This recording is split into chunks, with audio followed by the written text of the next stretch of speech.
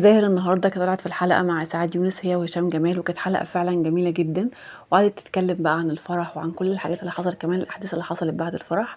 وكانت حلقة لذيذة جدًا. من ضمن الحاجات اللي لقيتها في الحلقة لمّا اتسألت عن فكرة الفستان بتاع فرحها، إن هو قد إيه رقيق وبسيط وما كانش فيه يعني دوشة وكده، رغم إن هي قالت لها إسعاد يونس إنِّك كنتِ تقدري تعملي حاجات كتيرة جدًا فيه، ودايمًا باشوف في الأفراح إن في حاجات بتبقى يعني بارزة أوي أو ظاهرة أوي في الفستان، لكن أنتِ فستانِك كان simple جدًا وبسيط جدًا. فقالت لها أنا هاقول لِك على حاجة، قالت لها أنا أصلًا الفستان دوّة من 4 سنين كده، كنت شُفته عند المصمم زهير مراد،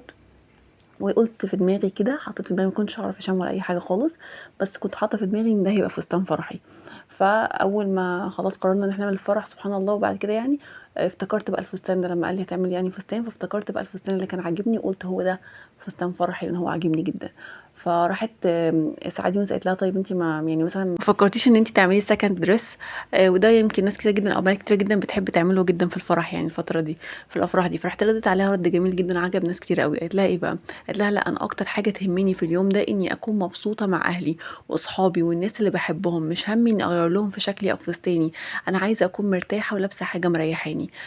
بصراحة كان رَد جميل جدًا وعجب الناس، وخصوصًا إن كمان في الفترة دي في ناس كتيرة جدًا أو في عرايس كتير جدًا بتحب إن هي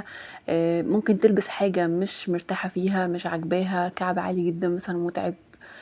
فستان ممكن يكون مش مريح أصلًا في اللبس، بس لمجرد إن هي شايفة إن ممكن ده هيخلّي شكلها أفضل أو أحلى أو كده، أو عشان خاطر الناس تشوفها أحلى، حتى لو هي مش مرتاحة. فدي حاجة من الحاجات اللي لأ بالعكس، ممكن يبقى فعلًا حد لابس حاجة مريحة بالنسبة له وتبقى شكلها حلو في نفس الوقت، مش لازم عشان خاطر أرضي الناس أو الناس تبقى شايفاني حلوة إن أنا أبقى مش مرتاحة، لإن أنا لو مش مرتاحة أو مش مبسوطة زي ما ناس كتيرة جدًا قالت، إن لو مش مرتاحة مش هيبان عليكِ أو مش هتبقي مبسوطة باليوم ده، هيبقى يوم عادي بالنسبة لِك أو مش هتبقي فرحانة بيه، لإنِّك هتبقي يعني بتعاني أو تعبانة من الفستان ممكن يكون مضايقِك أو الكعب أو كده. فكانت حاجة جميلة جدًا الناس علّقت عليها بشكل كبير جدًا. كمان من الحاجات اللي برضه الناس حبِّتها أوي، إن هي قعدت تتكلم بقى، يعني هشام قعد يتكلم عن فكرة الأغنية اللي هو اللي عملها لها في أغنية الفستان الأبيض،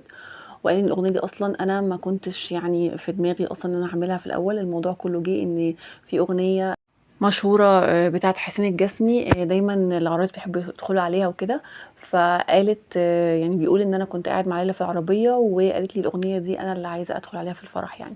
فرُحت بيقول إن أصلًا الأغنية دي أنا باحب أشغّلها على طول في العربية، باحب جدًا حسين الجسمي والأغنية دي باحبها على طول، باحب إن أنا أشغّلها على طول في العربية، فكان في دماغي إن أنا خلاص هي دي الأغنية اللي خلاص هتدخل عليها، وهي كانت في دماغها بتقول أنا مش عايزة الأغنية دي عشان خاطر باحبها جدًا. فبيقول بعد كده قعدت أفكّر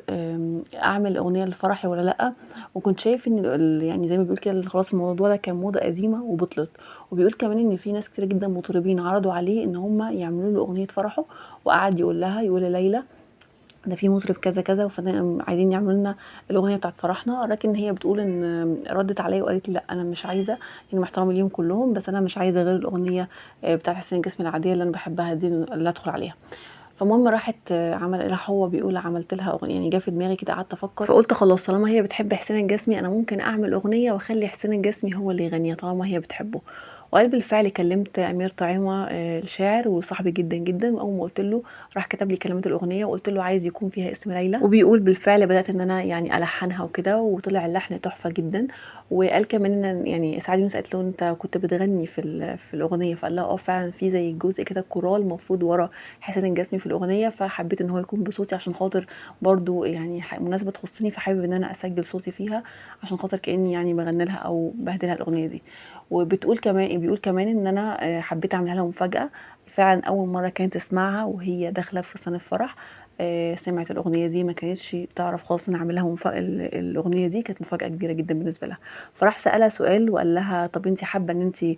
بيقول لها: "يا ليلى يعني أنتِ كنتِ حابة إن أنا أقول لِك قبل كده الأغنية والّا كنتِ مبسوطة إن هي تكون يعني انبسطتِ إن هي تكون مفاجأة وكنتِ حابة إن هي تكون مفاجأة كده زي ما أنا عملت؟" قالت له: "لأ طبعًا مبسوطة جدًا إن هي كانت مفاجأة وما كنتش هاحب أبدًا لو أنت كنت قُلتها لي قبل كده، بالعكس أنا كنت مبسوطة أوي إن هي كانت مفاجأة حلوة كده أوي وكانت أحلى مفاجأة حصلت لي في حياتي." كنت مبسوطة جدًا، جدًا، جدًا، جدًا. بصراحة الحلقة كلّها كانت جميلة يعني بصراحة هُم الاتنين ما شاء الله ربنا يحفظهم جُمال جدًا وcouple فعلًا ما شاء الله جميل جدًا.